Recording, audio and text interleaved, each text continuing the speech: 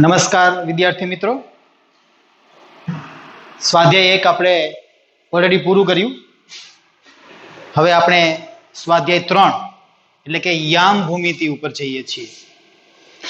આગળના ધોરણમાં એટલે કે પ્રાથમિકમાં તમે યામ ભૂમિતિનો થોડો ઘણો પાયો શીખીને આવ્યા છો. એના આધારે જ એ પૂર્વ જ્ઞાનનો ઉપયોગ કરીને જ આપણે અહીં આ સ્વાધ્યાય યામ ભૂમિતિ ભણવાનું છે. એનો જ ઉપયોગ કરીશું જે તમે અગાઉ શીખ્યા છો. અગાઉ તમે એક જ સંખ્યા રેખા ઉપર એક જ રેખા ઉપર કામ કરતા હતા. અહીંયા આપણે બે રેખાઓ એટલે કે બે અક્ષો સાથે કામ કરવાનું છે, એક્સ અક્ષ અને વાય અક્ષ. તો આ એક્સ અક્ષ અને વાય અક્ષને બરાબર ઓળખી લેજો, બરાબર સમજી લેજો, કારણ કે અહીં આપણે આખા ચેપ્ટરમાં એની સાથે જ કામ કરવાનું છે, આ બંને અક્ષો સાથે. એટલે ખાસ બંને અક્ષોને બરાબર ઓળખી લેવા. બરાબર છે?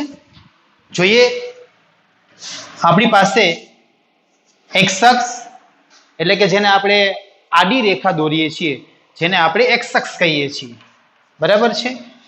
અને એક ઊભી રેખા જેને આપણે વાય અક્ષ કહીએ છીએ. આ બધા જ સામાન્ય પ્રશ્ન તમને ખબર હોવી જોઈએ. બરાબર છે? બે રેખાઓ, આડી રેખા જેને આપણે એક્સ અક્ષ કહીએ છીએ, એને બીજા કયા નામથી ઓળખવામાં આવે છે?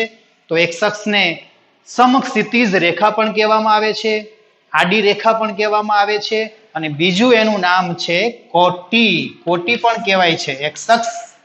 તો એક્સ અક્ષના આટલા નામ છે એ ખબર હોવી જોઈએ. બરાબર?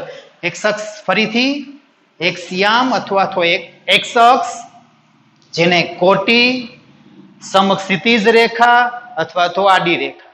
વાય અક્ષને તો કે વાય અક્ષ એટલે ઊભી રેખા છે, એને ફક્ત ઊભી રેખા, વાય અક્ષ, શિરોલંબ રેખા અથવા તો એને ભુજ એવું પણ નામ આપવામાં આવે છે. તો આ બંને એક્સ અક્ષ અને વાય અક્ષ. આગળ કીધું એ પ્રમાણે કે તમે એક જ રેખા ઉપર કામ કરી ગયા છો. અહીંયા તમારી પાસે સંખ્યા રેખા બરાબર મધ્યમાં આપણે જોતા હોઈએ છીએ કે જેને આપણે ઓ ઉગમ બિંદુ તરીકે લઈશું, જેની સાથે સંકળાયેલ સંખ્યા એટલે 0, અને 0 થી જમણી બાજુ જઈએ એટલે બધી જ ધન સંખ્યાઓ આપણી પાસે અનંત સુધી આવતી હોય છે. બરાબર છે?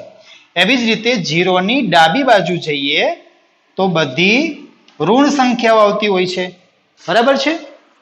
એ જ રીતે ઊભી રેખા શિરોલંબ રેખા વાય ઉપર બરાબર મધ્યમાં આપણે ઉગમ બિંદુ તરીકે ઓ લઈએ છીએ, જેને સંગત સંખ્યા 0. ઉપરની બાજુએ ધન સંખ્યાઓ અને નીચેની બાજુએ ઋણ સંખ્યાઓ આવેલી હોય છે. બરાબર છે? જે તમે સંખ્યા રેખા ઉપર એક જ રેખામાં બતાવતા. અહીંયા આપણે બે રેખાઓનો ઉપયોગ કરીએ છીએ, આડી અને ઊભી. આ બંનેને યામાક્ષો પણ કહેવામાં આવે છે. બરાબર છે? હવે આપણને પ્રશ્ન એ થાય કે આનો ઉપયોગ ક્યાં કરવો? તો આનો ઉપયોગ તમે તમારી સોસાયટીમાં અથવા તો સ્કૂલની અંદર બેઠા હોઈએ તો આપણે સોસાયટીની અંદર ઘણી બધી શેરીઓ હોય, કોઈ સોસાયટીમાં તમે ગયા, ત્યાંના રહીશને તમારે કોઈ તમારા સંબંધી ત્યાં રહે છે, જો એનું ઘર તમારે ગોતવું હોય તો તમે ત્યાં પૂછતા હોય તો તમને એવા જવાબ સાંભળવા મળ્યા હોય કે ભાઈ અહીંયાથી તમે ડાબી બાજુ જાઓ, પછી ત્યાંથી જમણી બાજુ જાજો, ત્રીજી શેરીમાં, ચોથું મકાન. તો આ બધા જ વ્યવહારમાં આપણે ઉપયોગ કરતા હોઈએ છીએ. બરાબર છે? શાળામાં તમે તમારી બેન્ચીસ ઉપર બેઠા હોય તો ત્યાં પણ આપણી પાસે બેન્ચીસની જે લાઈન હરોળ છે ઊભી, જેને આપણે સ્તંભ કહીએ છીએ, આડી લાઈનો છે એને આપણે હાર કહીએ છીએ. તો એમાં પણ આપણે કહી શકીએ કે ભાઈ આ બીજી લાઈનમાં કે બીજી હરોળમાં, ત્રીજી હારમાં, સ્તંભમાં આ વિદ્યાર્થી. તો આ સ્થાન બતાવવા માટે આ બધાનો ઉપયોગ થાય છે. અને આ રીતે માનો કે તમારી પાસે કોઈ સમતલની અંદર, સમતલ તરીકે તમે અહીંયા મારી પાસે છે બ્લેકબોર્ડ લઉં છું, તમારા પેજ નોટબુક્સનું પાનું હોય, તમે એને સમતલ તરીકે લઈ શકો. સમતલમાં મેં કોઈ એક બિંદુ આપેલું છે, માનો કે અહીંયા મેં એક બિંદુ લખ્યું. હવે જો મારે આનું સ્થાન નક્કી કરવું હોય અને વિદ્યાર્થીઓને હું આ બિંદુના સ્થાન માટે પૂછું તો મને અલગ અલગ વિદ્યાર્થીઓ પાસેથી ઘણા બધા જવાબો મળશે. જેમ કે આ બિંદુનું સ્થાન કોઈ વિદ્યાર્થી એમ કહેશે કે બરાબર બ્લેકબોર્ડની વચ્ચે છે, તો કોઈ એમ કહેશે કે ના એ થોડું નીચેની બાજુએ છે, તો કોઈ એમ કહેશે કે ના એ થોડું ઉપરની બાજુએ છે, તો કોઈ વળી એમ કહેશે કે ડાબી બાજુની એકદમ નજીક છે, તો કોઈ એમ કહેશે કે જમણી બાજુનું એકદમ નજીક છે. મતલબ કે આ ચોક્કસ સ્થાન એનું કોઈ સુનિશ્ચિત સ્થાન જોવા મળતું નથી. તો આપણે જો એનું સુનિશ્ચિત સ્થાન નક્કી કરવું હોય તો શું કરી શકાય? તો આપણો એ પ્રશ્ન છે કે આ બિંદુને જો આપણે કોઈ સુનિશ્ચિત સ્થાન બતાવવું હોય તો કઈ રીતે બતાવી શકાય? કોઈ એવી યુક્તિ ખરી?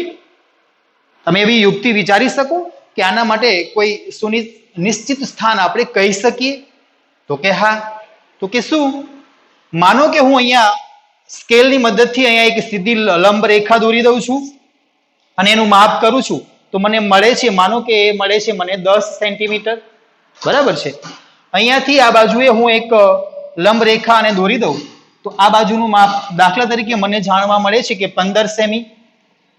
તો હવે આ બિંદુનું ચોક્કસ સ્થાન, સુનિશ્ચિત સ્થાન આપણે આપી શકીએ કે ભાઈ એ આ તમારી પાસે જે સમતલ છે એ સમતલની નીચલી ધારથી 10 સેમી અને આ બિંદુ એની ડાબી બાજુએથી જે આ રેખા છે એનું અંતર તમે અહીંયા જુઓ છો કે 15, તો કહી શકાય કે ભાઈ આ ડાબી બાજુએથી આનું માપ 15 સેમી છે. તો હવે તમને આનું ચોક્કસ સુનિશ્ચિત સ્થાન કહી શકો, બરાબર છે. અત્યાર સુધી આપણે જોયું કે બધાના જવાબ અલગ અલગ હોય. કોઈ એમ કે વચ્ચે છે, કોઈ કે ભાઈ થોડું જમણી બાજુએ છે, કોઈ કે થોડી ડાબી બાજુએ છે, અથવા તો નીચલી ધારની નજીક છે, ઉપલી ધારની નજીક છે, બરાબર છે. તો એનું કોઈ સુનિશ્ચિત સ્થાન નક્કી થતું નથી. પરંતુ આવું કરવાથી આપણે એનું ચોક્કસ સ્થાન નક્કી કરી શકીએ છીએ, બરાબર છે. અને આ જ સરળ પદ્ધતિ યામ સમતલની અંદર કોઈ બિંદુનું ચોક્કસ સ્થાન બતાવવા માટેથી જ જેનો ઉપયોગ થયો અને એટલે જ ભૂમિતિના પાયાનો શરૂઆત થઈ, બરાબર છે. હવે તો કે આવું સ્થાન બતાવવા માટે કોણે પ્રયત્ન કર્યા? સૌ પ્રથમ યામ ભૂમિતિનો જેને આપણે શરૂઆત કરી હોય ગણિતશાસ્ત્રી રેને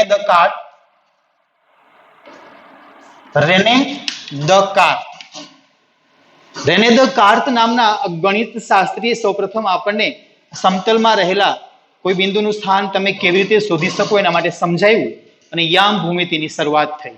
તો આ રીતે એ પણ તમને પ્રશ્ન પૂછી શકાય અને એના ઉપરથી જ યામ ભૂમિતિને કાર્ટેઝિયન જિયોમેટ્રી કહેવામાં આવે છે, બરાબર છે. કારણ કે રેને દકાર્તના નામ ઉપરથી કાર્ટેઝિયન જિયોમેટ્રી પણ કહેવામાં આવે છે અને આ સમતલ છે એને કાર્ટેઝિયન સમતલ અથવા તો કાર્ટેઝીય સમતલ પણ કહેવામાં આવે છે. અને આ યામ જે તમારા હોય છે એને કાર્ટેઝિયન યામ પણ કહી શકાય, બરાબર છે. તો આનો પાયો નાખનાર રેને દકાર્ત. હવે આપણે એ જોયું, એના વિશે વધારે આપણે જોઈએ.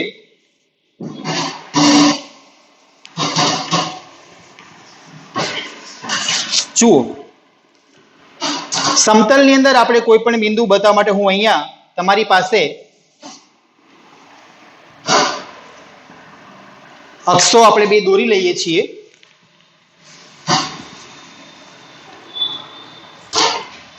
આ ઊભી રેખા દોરીએ છીએ જેને આપણે વાય અક્ષ કહીએ છીએ અને એક આડી રેખા દોરીએ છીએ જેને આપણે એક્સ અક્ષ કહીએ છીએ, બરાબર છે. આ વાય અક્ષ આ બાજુએ લેવા જાઓ તો એને એક્સ ડેશ કહેવામાં આવે છે અને નીચેની બાજુએ જે લઈએ છીએ એને વાય ડેશ.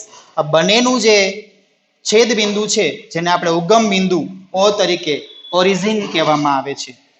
જમણી બાજુએ એક્સ અક્ષ ઉપર જે કાંઈ બિંદુઓ છે એ ધન આવેલા હોય છે, આપણે જોયું ધન પૂર્ણાંકો બધા આપણી પાસે અહીંયા હોય છે અને ડાબી બાજુએ ઋણ પૂર્ણાંકો આવેલા હોય છે, બરાબર છે. આવી જ રીતે વાય અક્ષમાં ઉપરની બાજુએ ધન પૂર્ણાંકો હોય છે અને નીચેની બાજુએ ઋણ પૂર્ણાંકો હોય છે. ક્લિયર? આ તમારી પાસે બંને અક્ષો એક્સ અક્ષ એટલે કે આડી સમક્ષિતિજ રેખા અને વાય અક્ષ એટલે કે શિરોલંબ રેખા બંને એકબીજાને એક બિંદુમાં છેદે છે જેને આપણે ઉગમ બિંદુ O કહીએ છીએ, અને જેના યામ ઉગમ બિંદુના યામ હંમેશા શું હોય છે? 0 0. આ ઉગમ બિંદુ અને એના યામ હંમેશા 0 0, એટલે કે x અક્ષ અને y અક્ષ બંને હંમેશા 0 હોય છે. હવે આપણો પ્રશ્ન એ થાય કે આ x અક્ષ અને y અક્ષ બંને એકબીજાને શું ગમે તે રીતે છેદે છે? તો કે ના, એ બંને એકબીજાને લંબ, એટલે કે જ્યાં છેદે છે ત્યાં 90 અંશના ખૂણે જ છેદે છે. બરાબર છે? એટલે આ બંને વચ્ચે અહીંયા કાટખૂણો બને છે, 90 અંશનો ખૂણો થાય. એ પણ તમને પૂછી શકાય કે x અક્ષ અને y અક્ષ અથવા તો યામાક્ષોના છેદ બિંદુ પાસે બનતો ખૂણો તો હંમેશા કાટખૂણો એટલે કે 90 અંશનો હોય છે. ક્લિયર? ઓકે. હવે ઉગમ બિંદુના યામની તમને ખબર પડી ગઈ કે હંમેશા 0 0 હોય છે. આ બંને અક્ષોની ઉપર ઉગમ બિંદુથી x અક્ષ ઉપર તમને જમણી બાજુ જાઓ છો તો ધન સંખ્યાઓ આવશે, અને ઉગમ બિંદુથી ડાબી બાજુએ જાઓ છો તો ઋણ સંખ્યાઓ આવે છે. એવી જ રીતે y અક્ષ ઉપર ઉગમ બિંદુથી ઉપરની તરફ આપણે જઈએ તો ધન સંખ્યાઓ, અને નીચેની તરફ જઈએ તો ઋણ સંખ્યાઓ. એટલું ક્લિયર? ત્યારબાદ જો બંને અક્ષો એકબીજાને છેદે તો તમે અહીંયા જુઓ છો તમારી પાસે ટોટલ 4 ભાગ બને છે. તો આ સમતલને યામાક્ષો કેટલા ભાગમાં વહેંચે છે? તો કે યામાક્ષો એટલે કોણ? તો કે x અક્ષ અને y અક્ષ સમતલના કેટલા ભાગ કરે છે? તો જોઈ શકાય 4 ભાગ છે. સમતલના 4 ભાગ, જેમાં પહેલો ભાગ એટલે એને પ્રથમ ચરણ કહીએ છીએ, બીજો ભાગ એટલે કે દ્વિતીય ચરણ, અને ત્રીજો ભાગ તૃતીય ચરણ, અને ચોથો ભાગ ચતુર્થ ચરણ. બરાબર છે? આને કહેવામાં આવે છે પ્રથમ ચરણ, આ તમારું દ્વિતીય ચરણ, આ તૃતીય ચરણ, અને આ ચતુર્થ ચરણ. તો યામાક્ષો સમતલના 4 ભાગ કરે છે. એ 4 ભાગને આપણે શું કહીએ છીએ? ચરણ અથવા તો પાદ. આ 4 ભાગ બને છે અને ચરણ અથવા તો પાદ કહેવામાં આવે છે. તો યામાક્ષો સમતલનું કેટલા ભાગમાં વિભાજન કરે છે? 4. એને શું કહેવામાં આવે છે? તો કે ચરણ અથવા પાદ.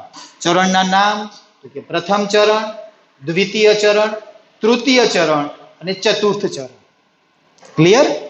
હવે વાત એ થાય કે ચરણની શરૂઆત આપણે ક્યાંથી કરીએ? મોસ્ટ ઓફલી બધું આપણે જોતા હોઈએ છીએ તો રાઉન્ડ ધ ક્લોક એટલે ઘડિયાળની દિશામાં ગણીએ છીએ. ચરણની શરૂઆત હંમેશા x અક્ષના ઉપરના પહેલાથી જ, અને એન્ટી રાઉન્ડ ધ ક્લોક એટલે ઘડિયાળની વિરુદ્ધ દિશામાં ગણવાનું હોય છે. કિરણ OX થી ઉપરની તરફથી આમ એન્ટી રાઉન્ડ ધ ક્લોક ચાલવાનું, એટલે ઘડિયાળની વિરુદ્ધ દિશામાં. બરાબર છે? OX થી પહેલું ચરણ એટલે પ્રથમ ચરણ, અહીંયા દ્વિતીય ચરણ, તૃતીય ચરણ અને ચતુર્થ ચરણ. ક્લિયર? પ્રથમ ચરણની અંદર આવતા જે બિંદુઓ છે એના સંકેતો એટલે કે કેવા હોય તો તમે જુઓ છો કે અહીંયા બધું ભૂલીને આ જુઓ તો આ બાજુએ તમારો x અક્ષ છે એ કેવી સંખ્યાઓથી બનેલો છે? તો કે ધન સંખ્યા. તો x યામ તમારો કેવો હોય? પ્લસ. ઉપરની બાજુએ y અક્ષ છે, એમાં કેવી સંખ્યાઓ છે? ધન. તો x અક્ષની અંદર આવતા બિંદુઓ બંને હંમેશા ધન પૂર્ણાંક હોય. બીજા ચરણમાં જોવા જઈએ તો તમારી પાસે આ રીતે અહીંયા બને છે. એમાં તમે જુઓ x અક્ષ ઉપર કેવી સંખ્યાઓ છે? તો કે ઋણ. y અક્ષ ઉપર કેવી સંખ્યાઓ છે? તો કે ધન. બીજા ચરણમાં આવતી સંખ્યાઓ તો કે માઇનસ પ્લસ હોઈ શકે. તૃતીય ચરણ x અક્ષની અંદર માઇનસ, નીચેની બાજુએ y અક્ષની અંદર પણ માઇનસ. તો તૃતીય ચરણની અંદર આવતા બિંદુઓના યામ હંમેશા બંને ઋણ હોય. અને ચતુર્થ ચરણ એટલે x અક્ષની અંદર પ્લસ અને y અક્ષની અંદર માઇનસ, એટલે કે એમાં પ્લસ અને માઇનસ હોય છે. બરાબર છે? અને હંમેશા યામાક્ષો બતાવવા માટે પહેલો યામ x યામનું જ બિંદુ લેવામાં આવે છે. એટલે હંમેશા તમને યામ બતાવેલા હોય કોઈ પણ બિંદુ, તમને ચરણની અંદર એક બિંદુ એ આપેલું છે 4 અને -3 આવું છે, તો હંમેશા પહેલો યામ x અક્ષ બતાવે છે અને બીજો છે એ y અક્ષ. બરાબર? એટલે ફરજિયાત પહેલો યામ x અક્ષ અને બીજો યામ y અક્ષ પરથી જ લેવાનો હોય છે. તો આ 4 ચરણની સંજ્ઞાઓ પ્રથમ ચરણમાં એક્સ અક્ષ અને વાય અક્ષ બંને પરના બિંદુઓ ધન એટલે કે પ્લસ હોય છે. બીજા ચરણ કે દ્વિતીય ચરણની અંદર એક્સ અક્ષ માઇનસ અને વાય અક્ષ છે પ્લસ. તૃતીય ચરણની અંદર એક્સ અક્ષ માઇનસ અને વાય અક્ષ પણ માઇનસ. ચતુર્થ ચરણમાં એક્સ અક્ષ પ્લસ અને વાય અક્ષ માઇનસ. ક્લિયર? આ ચરણને બતાવવા માટે શું કહી શકાય? પ્રથમ ચરણ કેવી રીતે બને છે તમે જુઓ છો. અહીંયા એક ખૂણો તમારી પાસે આવી ગયા, અહીંથી તમે શરૂ કરો એટલે વાય ઓ એક્સ અથવા તો આને એક્સ ઓ વાય. પ્રશ્ન આપણને આવો પૂછી શકાય કે ખૂણો એક્સ ઓ વાય કયું ચરણ બતાવે છે? તો અહીંયાથી જોઈ શકાય એક્સ ઓ વાય એટલે આ બાજુનું આપણું પ્રથમ ચરણ. તો હવે તમને ખબર પડે કે મારે દ્વિતીય ચરણને જો કેવું હોય તો આપણે એને કેવી રીતે કહી શકીએ? તો તમે આમ કહી શકો વાય ઓ એક્સ ડેશ અથવા તો અહીંયાથી શરૂ કરો તો એક્સ ડેશ ઓ વાય. તો બીજા ચરણ માટે એક્સ ડેશ ઓ વાય. આ ખૂણો જે બને છે એ દ્વિતીય ચરણનો છે. તૃતીય ચરણમાં કેવું હોય તો એના માટે ખૂણો શું બનશે? એક્સ ડેશ ઓ વાય ડેશ. તો અહીંયાથી બને છે એક્સ ડેશ ઓ વાય ડેશ. અને ચતુર્થ ચરણ માટે તો અહીંયાથી આપણે શરૂ કરીએ તો એક્સ ઓ અને વાય ડેશ. બરાબર છે? તો એક્સ ઓ અને વાય ડેશ થી બનતો આ જે ચરણ છે એ ચતુર્થ ચરણ. એ પણ તમને પૂછી શકાતું હોય તો એ પણ ખાસ ધ્યાન આપવું. પ્રથમ ચરણ તો કે અહીંયાથી શરૂ કરવું હોય તો પણ છૂટ હોય, બંને વસ્તુ એક જ છે. આ બંનેથી બનતું એટલે આપણી પાસે એક્સ ઓ વાય, એક્સ ઓ વાય. એવી જ રીતે આમાં જોઈએ તો એક્સ ડેશ ઓ વાય અથવા તો વાય ઓ એક્સ ડેશ પણ લઈ શકાય. બરાબર છે? તો આ ચાર ચરણ એની સંજ્ઞાઓ અને કેના દ્વારા બને એ પણ તમને ખબર પડી ગઈ. ઘણી વખત સંકેતમાં પૂછવામાં આવે છે તમને કે તમને કોઈ બિંદુ, માનો કે મેં કીધું એમ કે આ a બરાબર 4 અને -3 છે, તો એ કયા ચરણમાં આવે છે? તો તમારે જોવાનું કે ભાઈ આ બિંદુનો x યામ કેવો છે તો કે ધન, y યામ કેવો છે તો કે ઋણ. તો હવે તમે જોઈ શકો છો કે x યામ ધન અને y યામ ઋણ હોય એવું ચરણ તમારી પાસે આમાંથી કયું છે? તો કે આ x યામ ધન અને y યામ ઋણ. તો આપણે કહી શકીએ કે આ બિંદુ એ ચોથા ચરણમાં આવે છે. બરાબર છે? તો આના ઉપરથી આવા પ્રશ્નો પણ પૂછી શકાતા હોય છે. બરાબર? એટલે ખાસ એ તમારે વ્યવસ્થિત પ્રેક્ટિસ કરવી અને બરાબર સમજવું. સંકેતમાં ઘણી વખત પૂછી શકાય કે કોઈ બિંદુ તમારું છે કે જેનો x યામ છે એ માનો કે 0 કરતા મોટો છે અને જો એનો y યામ 0 કરતા નાનો છે, તો એ બિંદુ કયા ચરણમાં હોય? તો આપણે એ જ જોવાનું. 0 કરતા મોટો મતલબ કે ધન સંખ્યા હશે અને 0 કરતા નાનો એટલે કે ઋણ સંખ્યા હોય. જો x યામ 0 કરતા મોટો એટલે પ્લસ અને y યામ 0 કરતા નાનો એટલે કે માઇનસ, તો આપણે એ બિંદુ કયા ચરણમાં આવે છે? ચતુર્થ ચરણમાં. તો આ રીતે પણ પૂછી શકાતું હોય છે. એટલે ખાસ એ પણ ધ્યાન રાખવું, દરેક બિંદુ કયા ચરણમાં આવેલું છે એ તમને આના ઉપરથી ખબર પડશે. બરાબર છે? ત્યારબાદ ચરણ સિવાય માનો લઈએ કે આપણે કોઈ પણ બિંદુ કોઈ અક્ષ ઉપર આવેલું છે. હું એમ કહું એક બિંદુ છે એ x અક્ષ ઉપર જ આવેલું છે, કોઈ ચરણમાં આવેલું નથી. તો x અક્ષ ઉપર માનો કે આપણી પાસે આખો x અક્ષ છે, અહીંયા કોઈ બિંદુ આવેલું છે તો એનો x યામ 4 થાય પણ y યામ તો આપણે બતાવી શકતા નથી. તો x અક્ષ ઉપર કોઈ પણ બિંદુ આવેલું હોય તો x અક્ષ ઉપર બિંદુ આવેલું છે એટલે એનો x યામ કાંઈક હશે, શું છે આપણને ખબર નથી. તો આપણે એને સંગત સંખ્યા કોઈ ધારી લઈએ કે ભાઈ એ એને એક વાસ્તવિક સંખ્યા છે. એ કોઈ પણ સંખ્યા હોઈ શકે. વાસ્તવિક સંખ્યા અગાઉ તમે શીખી ગયા છો.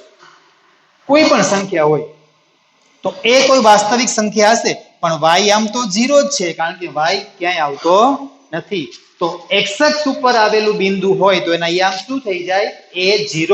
એટલે કે x યામ કોઈ પણ સંખ્યા હશે, y યામ તો એનો 0 થાય. અને એ જ રીતે y અક્ષ ઉપર આવેલું જો કોઈ બિંદુ હોય તો y અક્ષ ઉપર આવેલા બિંદુની અંદર માનો કે અહીંયા આપણી પાસે છે, હું અહીંયા લેવા જાઉં ભાઈ મારે -4 લેવા છે, એનો અર્થ એવો થાય કે એનો x યામ તો 0 જ છે પણ y યામ કોઈ પણ સંખ્યા હશે એને આપણે b કહી દઈએ. તો કોઈ બિંદુ જો y અક્ષ ઉપર આવેલું હોય, બરાબર, તો એના યામ 0b. એનો અર્થ એવો થાય કે એનો x યામ હંમેશા 0 હશે, જ્યારે y યામ કોઈ પણ વાસ્તવિક સંખ્યા હોઈ શકે. બરાબર છે? તો આ આપણી પાસે યામ ભૂમિતિ માટેની આટલી જ પ્રાથમિક શરતો હતી. ફરીથી કહી દઈએ કે યામ ભૂમિ હવે આપણે બે અક્ષો સાથે કામ કરવાનું છે. બંને અક્ષોને બરાબર સમજી લેવા, બરાબર ઓળખી લેજો, કારણ કે આખું ચેપ્ટર આપણે એની સાથે જ કામ કરવાનું છે.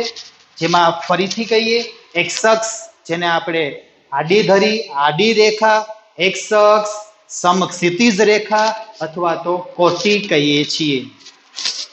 વાય અક્ષ તો કે ઊભી ધરી અથવા તો ઊભી રેખા, શિરોલંબ રેખા અથવા તો ભુજ કહેવાય છે. એક્સ અક્ષની અંદર આપણી પાસે ધન 0 ઉગમ બિંદુથી જમણી બાજુએ ધન સંખ્યાઓ હોય, ઉગમ બિંદુથી ડાબી બાજુએ ઋણ સંખ્યા.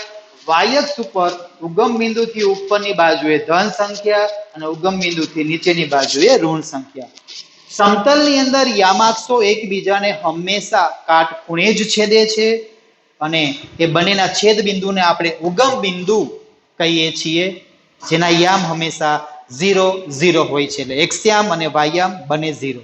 બરાબર છે. યામાક્ષોથી સમતલનું 4 ભાગમાં વિભાજન થાય છે. એ 4 ભાગને આપણે ચરણ અથવા તો પાદ કહીએ છીએ. ક્લિયર? જેમાં પ્રથમ ચરણ તો કે એક્સ યામ અને વાય યામ બને ધન.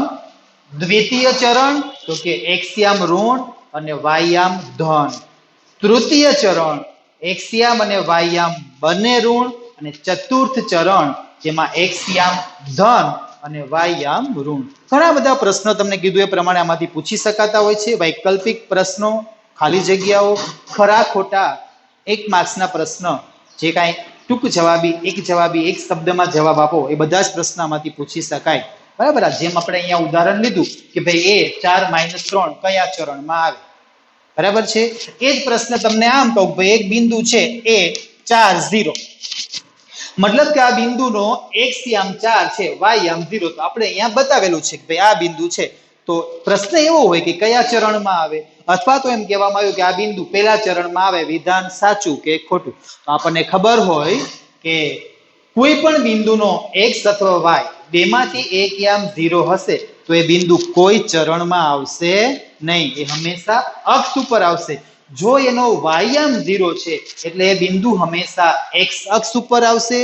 અહીંયા આપણે જોયું હતું કે જો એનો એક્સ યામ 0 હોય તો એ બિંદુ હંમેશા વાય અક્ષ ઉપર આવશે. કોઈ પણ ચરણમાં એ બિંદુ આવી શકે નહીં. એ બિંદુ ચરણમાં હોવા માટે એના એક્સ યામ અને વાય યામ બંને કોઈ વાસ્તવિક સંખ્યા હોવા જોઈએ, તો જ એ ચરણમાં આવશે. નહીતર એ બિંદુઓ અક્ષ ઉપર આવશે. એક્સ અક્ષ અથવા વાય અક્ષ બેમાંથી એક યામ 0 હોય તો એ અક્ષ ઉપર આવે છે. બરાબર છે. તો ખાસ આની પ્રેક્ટિસ કરવી. વાંચન થિયરી તમારી આગળ જો સંકલ્પનાઓ બધી ક્લિયર હશે તો આ ચેપ્ટર આગળ તમે સારી રીતે ભણી શકશો. અને આપણે એમાં અક્ષો સાથે જ બિંદુ તમને આપેલું હોય એના યામ શોધવાના હોય છે, અને અથવા તો તમને જે બિંદુના યામ આપ્યા છે એ સમતલમાં બિંદુ તમારે બતાવવાનું હોય છે. તો આ રીતે જ અક્ષો સાથે જ કામ કરવાનું છે. આટલું બરાબર સમજાઈ જશે તો એ સ્વાધ્યાયની ગણતરી પણ બહુ સારી રીતે સરળતાથી કરી શકીશું. આભાર.